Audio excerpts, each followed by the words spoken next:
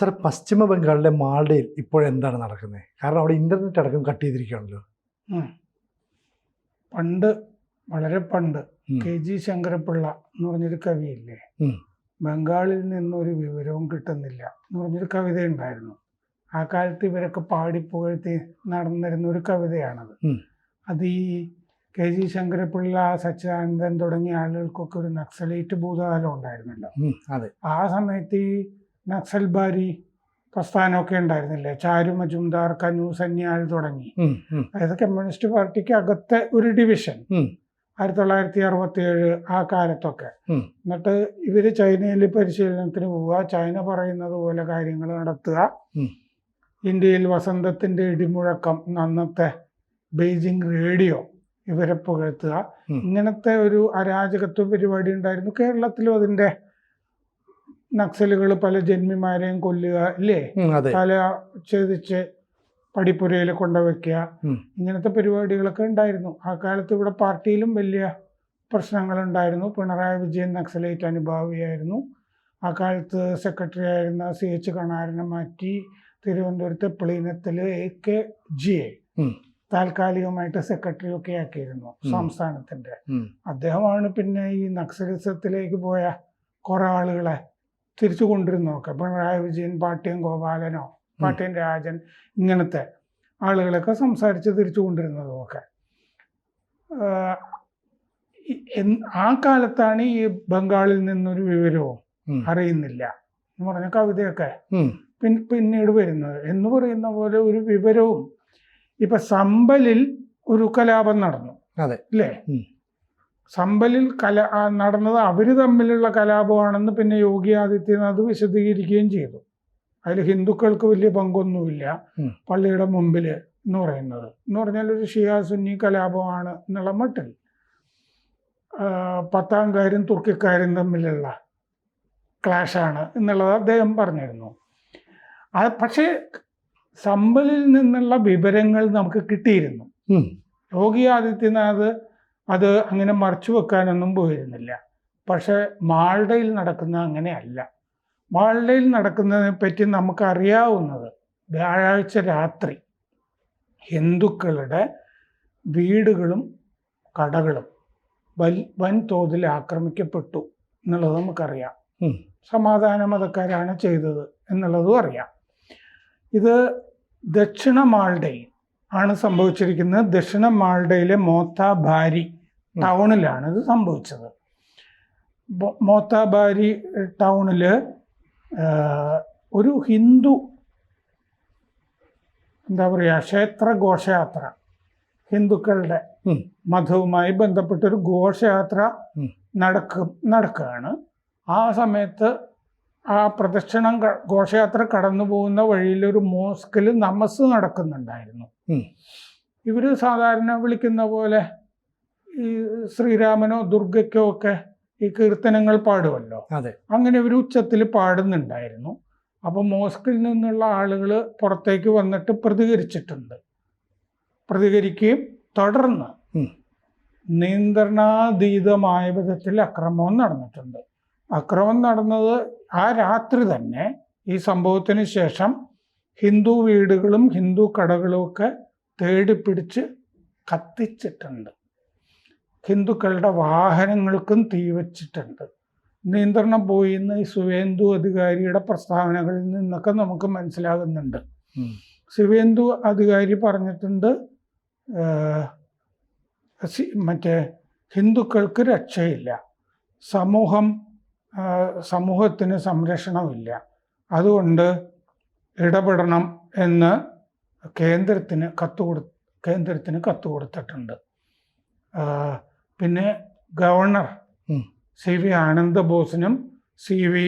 ആനന്ദബോസിനും സുവേന്ദു അധികാരിയുടെ കത്തുകളുണ്ട്. പിന്നെ കേന്ദ്ര സേനയെ വിളിക്കണം എന്ന കത്തിൽ പറഞ്ഞിട്ടുണ്ട്.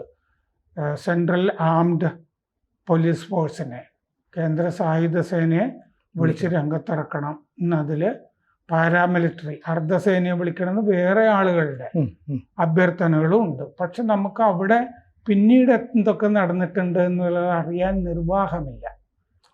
ഒരുപാട് മാധ്യമങ്ങളൊക്കെ ഞാൻ പരിധി നോക്കിയെങ്കിലും ഇന്റർനെറ്റ് വിച്ഛേദിച്ചിട്ടുണ്ടല്ലോ. ആ. അപ്പോൾ അവിടെ നിന്ന് പോയി ആളുകൾക്ക് റിപ്പോർട്ട് ചെയ്യാൻ പറ്റില്ല. അവിടെ ഒരാൾ ചെന്നു എന്ന് പറഞ്ഞാൽ അവിടുന്ന് റിപ്പോർട്ട് ചെയ്യാൻ പറ്റില്ല, ഒന്നും അയക്കാൻ പറ്റില്ല, അങ്ങോട്ട് കടത്തിവിടുന്നുമില്ല. അപ്പോൾ ഹൈക്കോടതി എന്ത് ചെയ്തു എന്ന് വെച്ച് കഴിഞ്ഞാൽ കഴിഞ്ഞ ദിവസം മാൾഡ മജിസ്ട്രേറ്റിനും മാൾഡയിലെ പോലീസ് സൂപ്രണ്ടിനും ഒരു നിർദ്ദേശം കൊടുത്തിട്ടുണ്ട്. നിങ്ങൾ എന്ത് നടപടിയാണ് എടുത്തത് എന്ന് ഏപ്രിൽ 3 റിപ്പോർട്ട് തരാൻ പറഞ്ഞിട്ടുണ്ട്. ആക്ഷൻ ടേക്കൺ റിപ്പോർട്ട്, നടപടി റിപ്പോർട്ട്. പക്ഷെ ഒരു സംഭവം എന്താണെന്ന് വെച്ച് കഴിഞ്ഞാൽ ഈ ഇൻ്റർനെറ്റൊക്കെ വിച്ഛേദിച്ചിട്ടുണ്ടെങ്കിലും അവിടെ ഈ 144 പ്രഖ്യാപിക്കേണ്ട ഘട്ടമാണ്. ഇങ്ങനെയൊക്കെ സംഭവിച്ചു കഴിഞ്ഞാൽ അത് ചെയ്യണമല്ലോ, നിരോധനാജ്ഞ. അതെ, അത് പ്രഖ്യാപിച്ചിട്ടില്ല. അപ്പോൾ അത് തന്നെ സംശയാസ്പദമായിട്ട് കരുതുന്നുണ്ട്. പക്ഷേ മമതയുടെ ആളുകൾ പറയുന്നത് പിന്നെ ഈദും രാമനവമിയും കാരണമാണ് നിരോധനാജ്ഞ പ്രഖ്യാപിക്കാത്തത് എന്നാണ്. ഒരു കലാപം നടന്ന സ്ഥലത്ത് ഇത് ശരിയായ നിലപാടല്ലല്ലോ. അല്ല, രാമനവമിയുടെ പേര് വെറുതെ പറയുന്നു എന്ന് മാത്രമേ ഉള്ളൂ. ഈദ് ആഘോഷിക്കുന്നവർക്ക് അത് തടസ്സമില്ലാതെ മോസ്കിലും എല്ലായിടത്തും തുറന്ന് ആഘോഷിക്കണം എന്നുള്ളതാണല്ലോ അതിൻ്റെ ലക്ഷ്യം. അതെ, അതാണ്. അതിൻ്റെ കൂട്ടത്തിൽ രാമനവമിയും കൂടി പറയാണ്. പിന്നെ ശ്രീരാമനോടും ദുർഗയോടുമൊക്കെ എത്രമാത്രം മമതയാണ് മമതയ്ക്കുള്ളതെന്ന് നമുക്കറിയാവുന്നതാണ്. എത്രയോ സ്ഥലങ്ങളിൽ അവർ അത് റെസ്ട്രിക്റ്റ് ചെയ്യാറുണ്ടല്ലേ, അതെ, നിയന്ത്രണമൊക്കെ. ദുർഗാപൂജ കാലത്തുള്ള ആഘോഷങ്ങളൊക്കെ അവർ നിയന്ത്രിക്കാറുണ്ട്. പിന്നെ ഈ സന്ദേശ് ഖാലി ആ ഭാഗത്ത് തന്നെ ഇതിനു മുമ്പ് ഈ സമാധാന മതക്കാർ ദുർഗാ പൂജയോട് അടുപ്പിച്ചിട്ടുള്ള ഘോഷയാത്ര ആക്രമിച്ചതൊക്കെ നമുക്കറിയാം അല്ലേ. അതെ, അങ്ങനെയാണ് ആ ഭാഗമൊക്കെ ഒരു ഭൂരിപക്ഷ പ്രദേശമായത് എന്നൊക്കെ ഉള്ളത് നമുക്കറിയാം. മാർച്ച് 29 ഇന്നലെ അവിടെ ഹിന്ദുക്കളുടെ ഒരു പ്രതിഷേധം ഈ ദക്ഷിണ മാൾഡയിൽ ഉണ്ടായതായിട്ട് വിവരമുണ്ട്. ഹിന്ദു സംഘടനകളുടെയൊക്കെ പ്രതിഷേധം ഉണ്ടായിരുന്നു. ഇംഗ്ലീഷ് ബസാർ എന്ന് പറഞ്ഞ ഭാഗത്ത് വലിയ ഈ കടകളൊക്കെ വീടുകളും തകർത്തതായിട്ട് വിവരമുണ്ട്. ഇംഗ്ലീഷ് ബസാറിൽ റോഡുകൾ ഹിന്ദുക്കൾ ഉപരോധിച്ചപ്പോൾ ഇന്നലെ ലാത്തി ചാർജ് പോലീസിൻ്റെ വൻതോതിൽ നടന്നു. ടിയർ ഗ്യാസ് പ്രയോഗവും നടന്നിട്ടുണ്ട്. IG രാജേഷ് യാദവ് പറഞ്ഞിട്ടുണ്ട് ഈ കാലിയാചക്ക് എന്ന് പറഞ്ഞ പ്രദേശത്ത് 3 കമ്പനി റാപ്പിഡ് ആക്ഷൻ ഫോഴ്സ് ഇറങ്ങിയിട്ടുണ്ട് എന്ന് പറഞ്ഞിട്ടുണ്ട്. അപ്പം അതൊക്കെ ഇറങ്ങേണ്ട സാഹചര്യം ഉണ്ട് അവിടെ. പിന്നെ 6 FIR ഇതുവരെ ഉണ്ട്. 55 പേരെ അറസ്റ്റ് ചെയ്തിട്ടുണ്ട്. പിന്നെ സുവേന്ദു അധികാരി കുറേ വീഡിയോകൾ പങ്കുവച്ചിട്ടുണ്ട് സോഷ്യൽ മീഡിയയിൽ. കേന്ദ്ര വിദ്യാഭ്യാസ സഹമന്ത്രി ഡോക്ടർ സുഗാന്ത മജുംദാറും കുറേ വീഡിയോകൾ, ആ വീഡിയോകൾ കണ്ടിട്ടാണ് നമ്മൾ ഈ കടകൾ വീടുകളൊക്കെ തീവച്ചിട്ടുണ്ട് എന്ന് അറിയുന്നത്. അപ്പോൾ സുഗാന്ത മജുംദാർ വീഡിയോകൾ പങ്കുവച്ചിട്ടുണ്ട്. സൗത്ത് മാൾഡയിലെ സ്ഥിതിഗതികൾ ഭീകരമാണെന്ന് അദ്ദേഹം കേന്ദ്രമന്ത്രി പറഞ്ഞിട്ടുണ്ട്. മമതയും മമതയുടെ നിശബ്ദ പോലീസും ഇപ്പോൾ എന്ത് ചെയ്യുകയാണ് എന്ന് അദ്ദേഹം എക്സിലെ ഒരു പോസ്റ്റിൽ പറഞ്ഞിട്ടുണ്ട്. അതിൽ പറഞ്ഞിട്ടുണ്ട് ഹിന്ദുക്കളോട് കാട്ടിക്കൊണ്ടിരിക്കുന്ന അനീതിയാണെന്ന് ആ പോസ്റ്റിൽ പറഞ്ഞിട്ടുണ്ട്. മന്ത്രി ഈ സബീന യാസ്മിൻ, തൃണമൂൽ മന്ത്രി സബീന യാസ്മിനാണ് പറഞ്ഞിരിക്കുന്നത് 144 പ്രഖ്യാപിക്കാത്തത് രാമനവമി ഏതും കാരണമാണ് എന്ന് പറഞ്ഞിരിക്കുന്നത്. അല്ലെങ്കിൽ 157 പ്രഖ്യാപിക്കേണ്ടതായിരുന്നു അല്ലേ. അങ്ങനത്തെ സാഹചര്യം ഇങ്ങനെ സംഭവിച്ചു കഴിഞ്ഞാൽ ആദ്യം ചെയ്യുന്നത് അതാണല്ലോ. ജില്ലാ കലക്ടർ നിരോധനാജ്ഞ 140 പ്രഖ്യാപിക്കും. ഇവിടെ ഫ്ലാഗ് മാർച്ച് തുടങ്ങിയ കാര്യങ്ങളൊക്കെ നടക്കും. ഈ ആഘോഷ പരിപാടികൾ നടക്കുന്നുണ്ട്, അതിനൊരു തടസ്സം ഉണ്ടാകണ്ട എന്ന് വിചാരിച്ചിട്ട്. വലിയ രാമനവമി ഒന്നും ഉള്ള സ്ഥലമല്ലല്ലോ അല്ല ഈ പറഞ്ഞ സ്ഥലം, അല്ലല്ല ദക്ഷിണ മാൾഡ. രാമനവമി എന്ന് പറഞ്ഞിട്ട് നമ്മൾ ഘോഷയാത്രകൾ നടത്താറുണ്ടോ? ഇല്ലല്ലോ. അപ്പോൾ മറ്റേത് നന്നായിട്ട് നടക്കണം എന്നുള്ളതാണ് ഉദ്ദേശിക്കുന്നത്. പിന്നെ ഹൈക്കോടതി ഡിവിഷൻ ബെഞ്ചിലെ ജസ്റ്റിസ് സൗമൻ സെൻ, സ്മിത ദാസ് ദേ ഹൈക്കോടതിയിലൊരു പൊതു താല്പര്യ ഹർജി വന്നു. അതിലാണ് ഈ ജഡ്ജിമാർ ഈ ഏപ്രിൽ 3-നകം നടപടി റിപ്പോർട്ട്. അപ്പോൾ ഹൈക്കോടതിയുടെ ഒരു ഇടപെടലുണ്ട്. അപ്പം മമതാ ബാനർജിയുടെ തൃണമൂലിനും പോലീസിനും, അവരുടെ നിശബ്ദ പോലീസിനും അങ്ങനെ അലസമായിട്ടിരിക്കാൻ കഴിയില്ല. എന്തെങ്കിലുമൊക്കെ ചെയ്യേണ്ടി വരും, അല്ലെങ്കിൽ ചെയ്തു എന്ന് വരുത്തണം. കോൺഗ്രസ് പറഞ്ഞിട്ടുണ്ട് പാരാമിലിറ്ററി വരട്ടെ എന്ന് പറഞ്ഞിട്ടുണ്ട്. പിന്നെ ഈ മാൾഡ ദക്ഷിൺ MP ഇഷാഖാൻ ചൗധരി കോൺഗ്രസിൽ നിന്നുള്ളതാണ്. ഇഷാഖാൻ ചൗധരിയാണ് പറഞ്ഞിരിക്കുന്നത് പാരാമിലിറ്ററി വരട്ടെ എന്ന് പറഞ്ഞിരിക്കുന്നത്.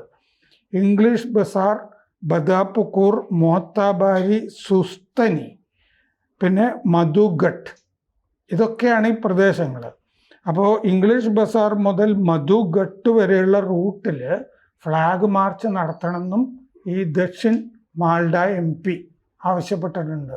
അപ്പോൾ കുറച്ച് മേഖലകളിലേക്ക് പടർന്നിട്ടുണ്ട് ഇത് എന്ന് വേണം കരുതാൻ.